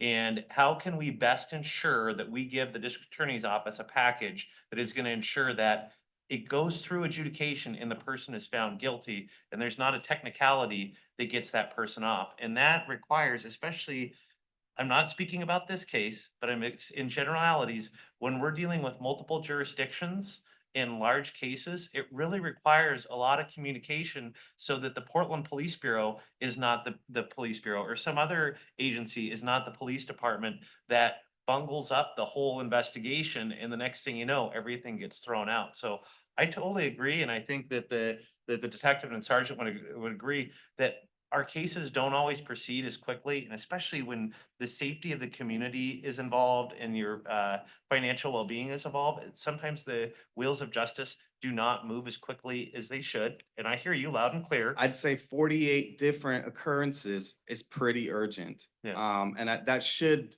be enough magnitude for action to be done. And you know, it's just extraordinarily frustrating that we know where these people are and nothing can be done about it. I mean, to the point of following, like, there's just so much red tape to cut through in order to get to justice while we are all sitting here bleeding.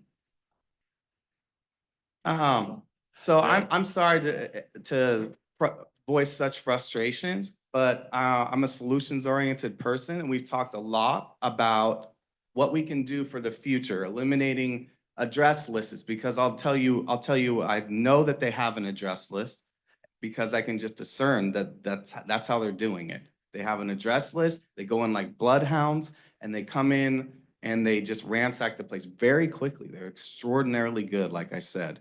The other thing that I'd like to point out, and just more urgency for someone to sign a paper, and Well, I think you can appreciate how robust and complex this investigation is. There are so many different incidents, and ultimately what we want is successful prosecution. We want to hold these people accountable in the court of law so that they are held accountable for what they've done, and the message goes out to the community that this will not stand, this is not accepted.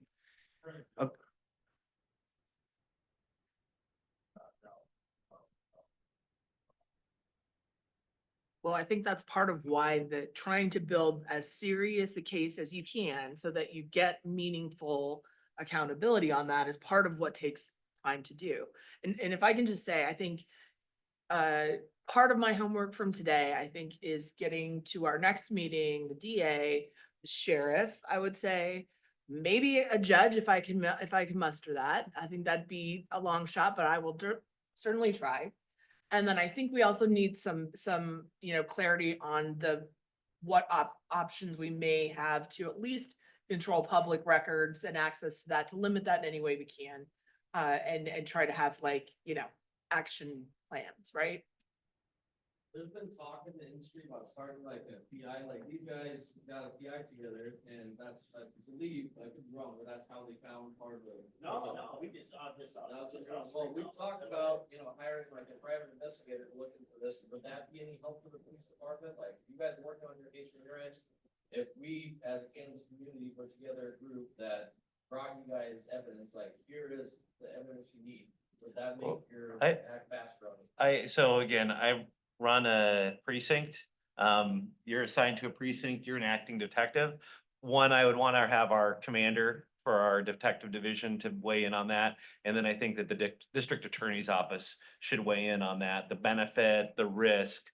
So I couldn't give you an answer today, but it sounds like Stephanie's going to try and get folks that can, and I can work I think the district attorney is going to be the person that's going to be able to tell us a thumbs up or thumbs down on that. But I can also either ask for the captain or the commander of the detective division to attend the next meeting as well.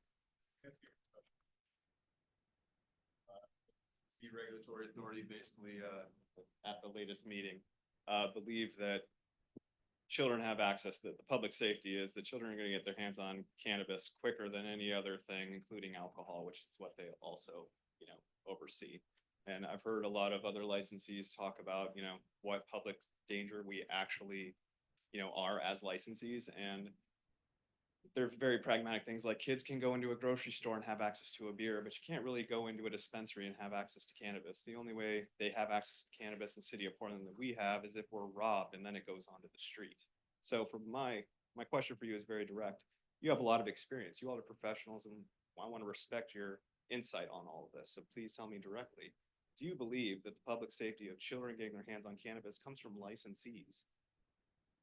Because you have a lot of context, and that's what a lot of people in the state are arguing, is that we're bad actors and this is somehow getting their hands into kids from our cannabis, when we're robbed so many times that there's a bulk amount going out into the physical world. So again, that's what I'm saying. So you have all the context necessary to answer a direct question. Do you actually think that the cannabis participants in this market are the bad actors from what you're seeing on the streets and in your precinct, and how you talk with other officers and other people? Right. Again, and I think it's been said today, is that we greatly appreciate the work that you all are doing. We want to make sure that you're able to thrive and have successful businesses. But I mean, you're your talking about business. cannabis professionals. So again, you're either talking about our businesses as law-abiding citizens, tax-paying citizens, and businesses, which we all are, or you're saying we're part of the issue of public safety, which is what, again, the narrative that's being put out there currently from regulatory authorities, from police actions, and from everything else. So I'm asking police from different things. Is that what you experience from City of Portland licensees dealing both hands, or being active in the community of trying for the public good versus public safety issues? I think we take that as a little bit of a, not even a point of pride, but just we have to walk in these neighborhoods too, and being thought of as we're double dealing in our own industry to children. We hear that daily because you all don't defend it otherwise. So I don't like being said that about, I don't think anybody here likes to be said that they're double dealing and being drug dealers, because the only way children actually get access to cannabis is if an adult gives it to them. And that's a crime. An adult has to do that. They can get alcohol any way they want by themselves. But again, an adult has to commit a crime in order for a child to get cannabis in City of Portland or Oregon. So I try to. I mean, I think, again, I think Stephanie said it earlier today, the folks, I think it was Stephanie that said, the folks that are here today and are in contact with Christina and on here you're all business people that are trying to make a living. I don't think that any of us here at the Police Bureau or that are at this panel today are saying otherwise. They don't get access to this information. They all talk with each other, and you all are the only ones that have I am access not, to what I they am do. not hearing that, and like, being around the precinct, I don't, really, okay. I'm no expert in this field by any means. I'm learning a lot from all of you today, so I appreciate that. I can say for the officers, I've heard no type of stigma. I think they all view this as a legitimate business as it is. I mean, it's 2025. I think most of my officers at Central Precinct on my shift at night, they're very young, and they all have probably less than 5 years on as officers. And I know that the gentleman in the hat had mentioned that it can feel that maybe they don't take those as seriously, but they do great work on these cases all the time. And obviously, if I was in Mike's situation, if I hadn't heard since October about my case, I would be frustrated, and I feel the frustration. But I can tell you, they take a lot of pride in the work that they do on these, and it's obviously not, if you're the one affected by it, it doesn't feel like that. If you're dealing with the things that we've heard today, I sense the frustration, and I'd probably be driving down the road 100 miles an hour too, chasing somebody. Or if I hadn't got the follow-up. When things go to investigations, which I don't work in, they significantly slow down, and that can be frustrating for people. We encourage our officers to go out, and I see it on a regular basis. It may not feel like it, because there's obviously, we could talk about staffing all day, we could talk about response times all day. When they get the opportunity to go out, I don't think I've never gotten any connotation of, oh, this is a cannabis shop. It's not legit. They rush to those. They probably enjoy that work more than anything, because as you said, we're not getting the liquor store robberies like we used to. We get bank robberies here and there, but that is a target for robberies, and they do great work when they're given the opportunity. So I don't see any stigma of it. I've never heard that. That's an interesting example that you gave. I've never heard that. I've never felt that from my officers. I think they look at it as just another supporting business in the community. Maybe 10 years ago, you'd hear, not from officers, but people in the community, oh, concerns of, oh, this is a cannabis shop. We don't know how we feel about it. I don't really hear those, just being out all day and talking to people.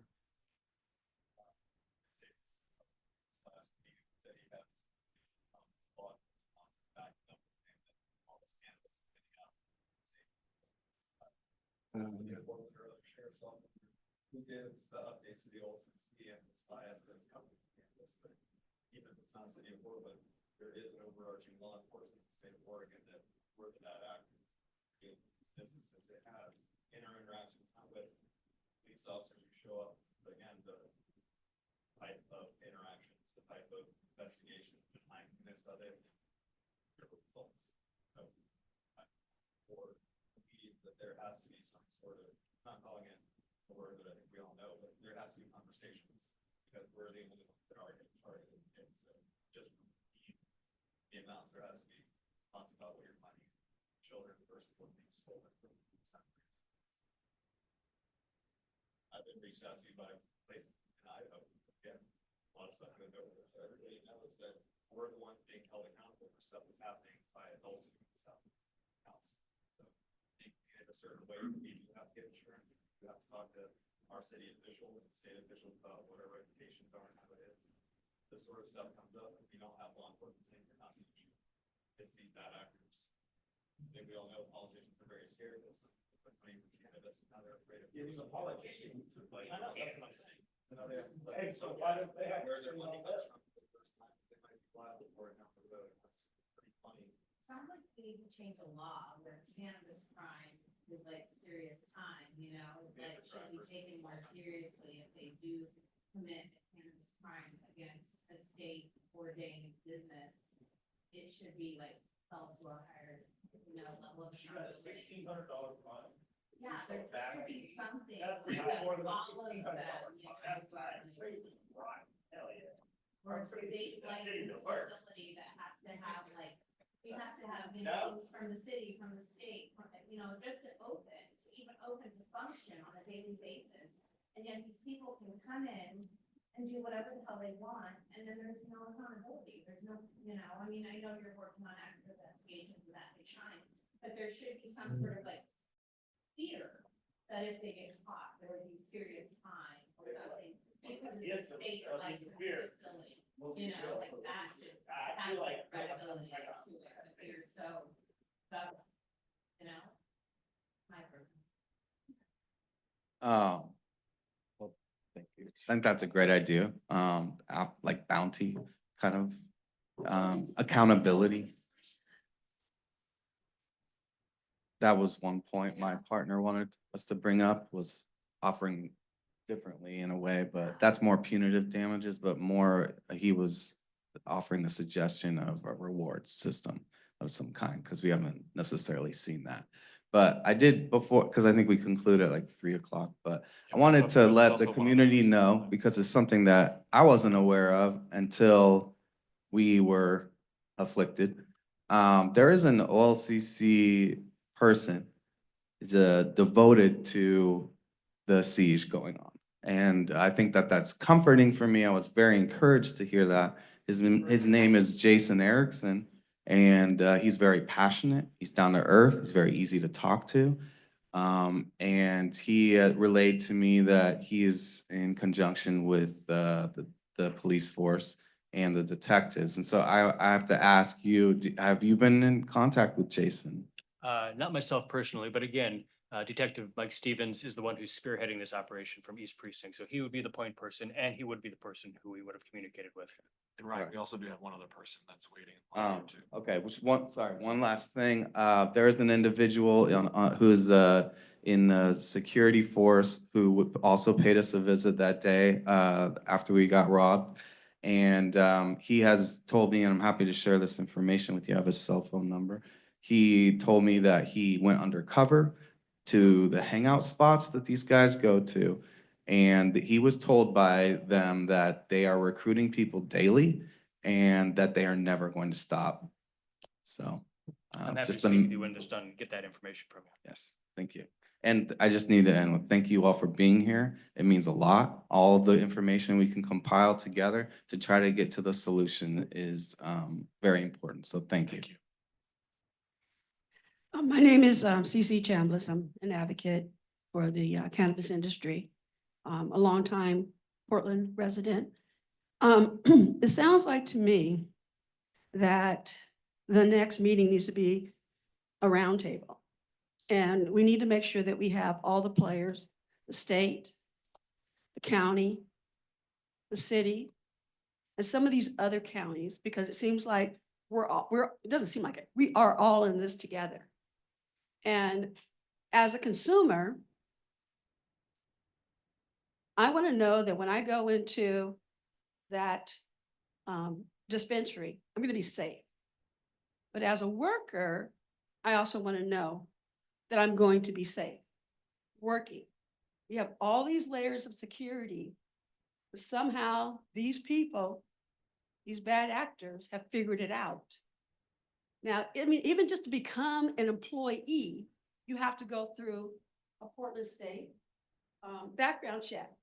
So if he knows that these people that came to work for him for a day, they have a license, they need to be followed up by the police. And that's everything else. Our tax dollars are we're spending a lot of tax dollars, costing us a lot to protect the industry. And this to me was kind of a waste of time, because the players who need to be here, you guys are very important, but the players who can really do something about what's going on in this industry are not here. And maybe we should have it on a different day.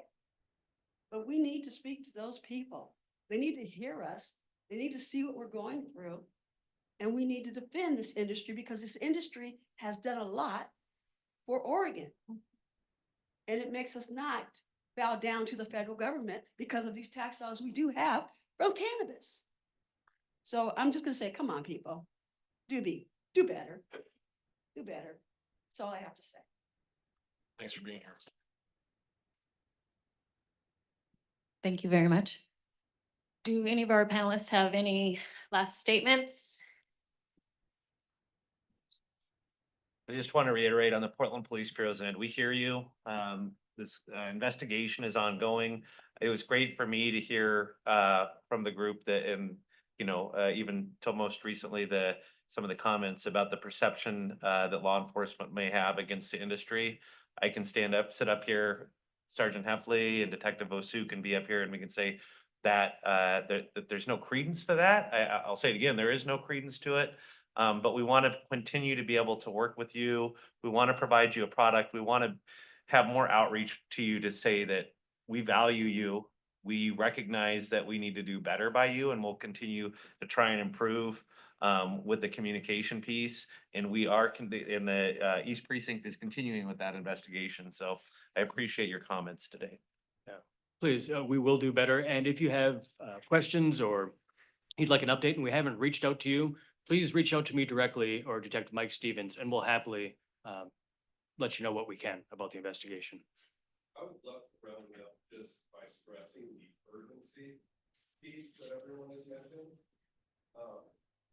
There's been the 48 robberies that have been repeatedly mentioned at this meeting, and word urgency, but just as a point of reference, we've been broken into successfully twice. Since we identified the apartment building that had several key vehicles, lots of evidence pointing there. I get it, you're not a judge. We've been driven through the front of our building by a stolen moving truck. 2 days later, after hiring very expensive securities, we got a security detail that said, because the moving truck got stuck on bollards, that there is now a semi truck that has been shining its lights on our facility, and he attempted to encounter, approach the semi. Of course, they drove off at 90 miles an hour. But the point more so is that this is daily, and that every person in this room or anybody in this industry is dealing with this at every moment, as she just proved by the phone call she received. And so, love hearing the word urgency, love hearing the pile all this evidence to make this happen. But truthfully, I also heard you, or at least observed you seem somewhat surprised to hear that the OLCC releases our addresses almost publicly. And so hundreds of hours put in the investigation, all of this like still leaves me as a business owner feeling like we're helpless, at least in regards to being proactive. We feel like you guys are responding. That's great. 20-minute response time within, what Portland's, average response time is. We're not feeling like we're getting, pushed off to the side because we're cannabis business. You guys are showing up in revenue more amount of time. It's locally like sensible. But what we're finding is that there is nothing happening that's making us go to work more comfortably or sleep at all. Nobody in this room. So we're talking about having another meeting. I don't know if that's going to happen. If it happens this afternoon, that might be helpful. If it happens tomorrow, that'd be wonderful. But until then, we're all still in the same position we were in when we walked in the room earlier, and in the same position we were in when we gave you guys this press. Apartment building, we're in the same position that we were in before that. Nothing's actually changing, like with our feet on the ground. And that's why you're hearing people be really concerned about the next step being somebody dead. And that's just the reality. I mean, It I'll seems tell you like right now, I see it I'm at not my here- shop I'm not every here- night, armed, and I'm waiting, because they drove through my fence again, they didn't successfully get in. I'm telling you, I'm on a mission, if they come back, that is my plan. And I'm afraid that that is going to be what invokes change. And if that happens, I would almost guarantee that there's going to be some sort of policy direction that is going to make that change. And so I'm begging you guys to recognize that you can make that same thing happen without a murder taking place first. And that's the reality. I'm not threatening to kill anybody. I actually have way too many children in my life who risk going to jail or even sleep with that on my conscience, to be quite honest. But I guarantee that there is a huge number of business owners who are considering it. I know numerous business owners who have set up traps at their buildings that have tried to lure potential bad actors that are in the wholesale game that they think might be tipping off some of these dudes. You guys have got to be aware of this, and I hope that you're acting with the urgency that it requires to make this happen. Because it really doesn't need to escalate to the point of murder, where all of this now becomes a whole different. Just please focus on getting it done and getting those people in a room that can make changes immediately, not urgently, but immediately. Let's do those things to try to protect everybody involved. You raised several important pieces there. And I just kind of want to reiterate, one of the things you said is the decision to take action as a business owner, especially if that is action that's going to cause serious physical injury or death. I would encourage you to reach out to your attorneys and get more information on that, because I am not going to advocate for that. I do not advocate for that. The Portland Police Bureau does not support that. I will, the other piece to this is that in addition.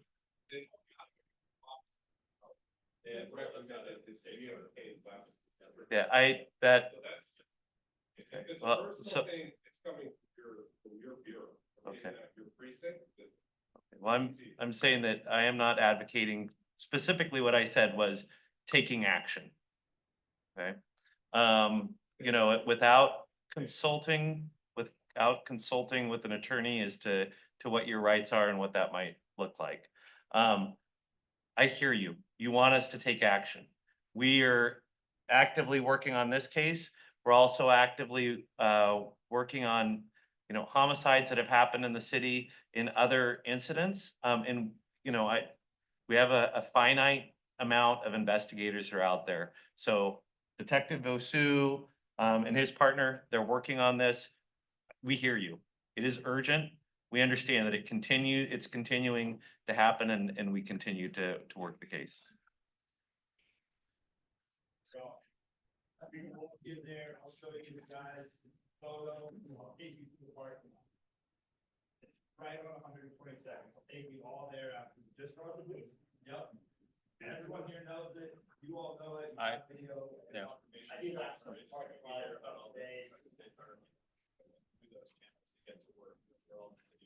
We have, all of our people are in the city of Portland. Milwaukee Metro, they have to go. A huge problem is the organized crime that's going on within the license structure. That's what a big problem is. There's a lot of the wholesalers are just people that are just drafted to other states to come to get loads of weed from all these different license holders. That's what they do. Yeah.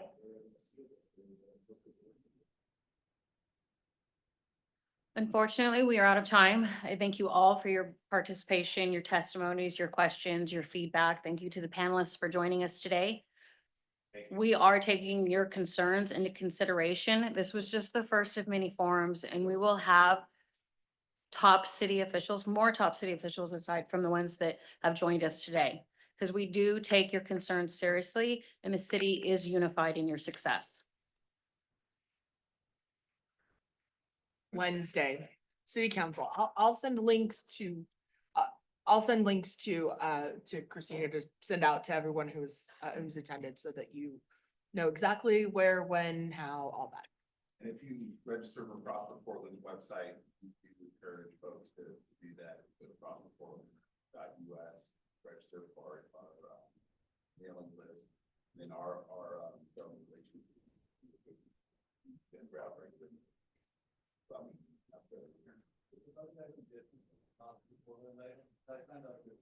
So it is so we are a line item with inside of the overall. Sign up for both. Yeah. I mean, you can We'll always send sign out up. the instructions. Yeah. They moved. Yeah. they-